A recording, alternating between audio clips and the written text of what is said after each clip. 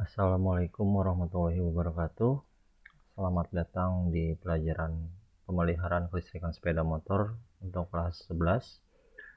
Untuk kali ini saya akan menjelaskan tentang sistem starter pada sepeda motor.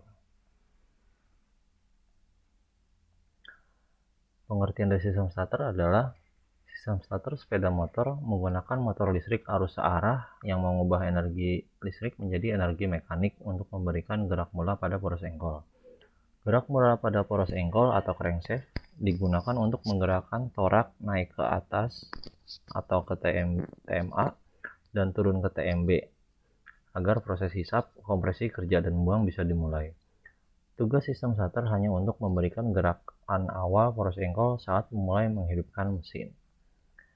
Kita lihat di sini cara kerja sistem mesin 4 langkah, yaitu pertama ada hisap, kemudian ada kompresi, lalu tenaga, dan buang.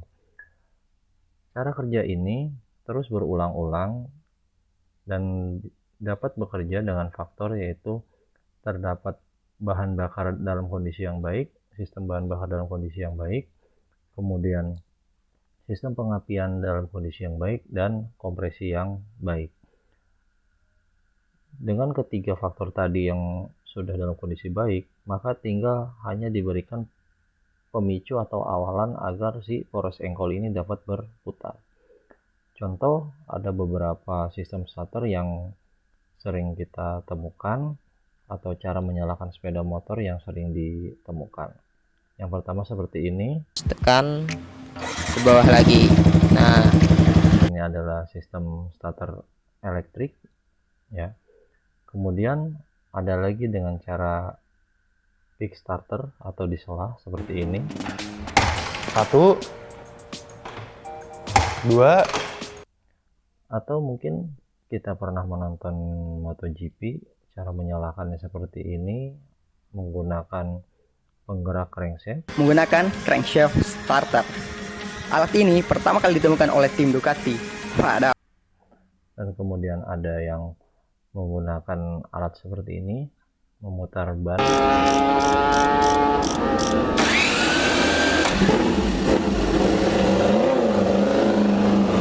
Dan yang paling darurat yang biasa kita lakukan di jalan adalah didorong seperti ini.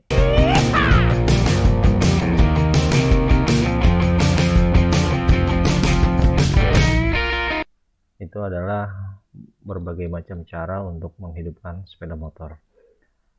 Dan pada sistem starter ini, yang elektrik starter, di sini terdapat komponen yaitu ada motor starternya sendiri, kemudian ada starter switch atau tombol starter, kemudian ada relay starter, dan yang terakhir ada ignition switch atau kunci kontak.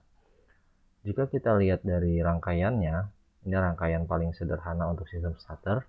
Di sini terdapat ada baterai, kemudian ada fuse atau sikring, kemudian ada ignition switch atau kunci kontak, kemudian di sini ada relay starter atau bendik starter yang biasa disebut orang-orang bengkel, kemudian ada motor starter atau dinamonya, dan yang terakhir ada tombol starter. Dan cara kerjanya itu adalah yang pertama, jika kunci kontak atau ignition switch diposisikan dalam posisi on, maka listrik dari baterai akan mengalir ke fuse, kemudian ke kunci kontak, kemudian ke relay starter. Sini mengalir ke bagian lilitannya atau kumparannya, kemudian ke starter switch. Nah, apabila starter switch ini atau tombol starter ini ditekan, maka kumparan yang ada di relay starter atau di bendik starter ini dia akan menghasilkan gaya elektromagnet yang akan mengakibatkan kontak yang ada di dalamnya akan terhubung ya, sehingga jika terhubung maka listrik yang dari aki atau dari baterai akan mengalir ke motor starter seperti itu. Dan kenapa di sini harus menggunakan relay starter? Karena motor starter ini membutuhkan daya listrik yang lebih besar ya, makanya kita sering melihat kabel aki ya warna merah ini biasanya ada dua, yang satu kecil terhubung ke sikring atau fuse, Yang kedua, yang lebih besar dan terhubung langsung ke relay starter. Ya, karena dia membutuhkan listrik yang besar, maka dia menggunakan relay starter.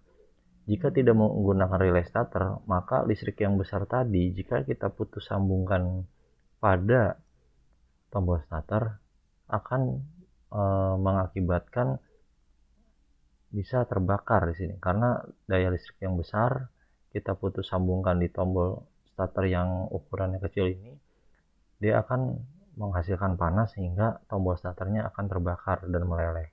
Seperti itu.